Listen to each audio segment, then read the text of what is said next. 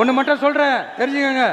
என்னதான் நீங்க இந்த நேரடி மறைமுக கூட்டணி குட்டிகரணம் போட்டாலும் தாமரை இலையில தண்ணியே ஒட்டாது. தமிழக மக்கள் மட்டும் எப்படி ஒட்டுவாங்க?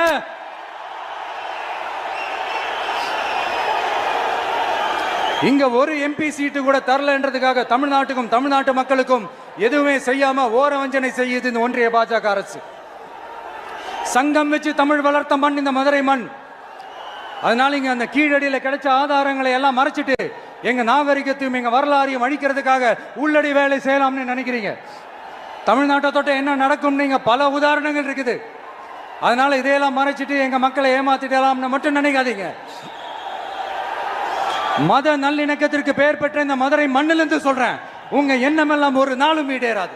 Yes, a lion is always a lion.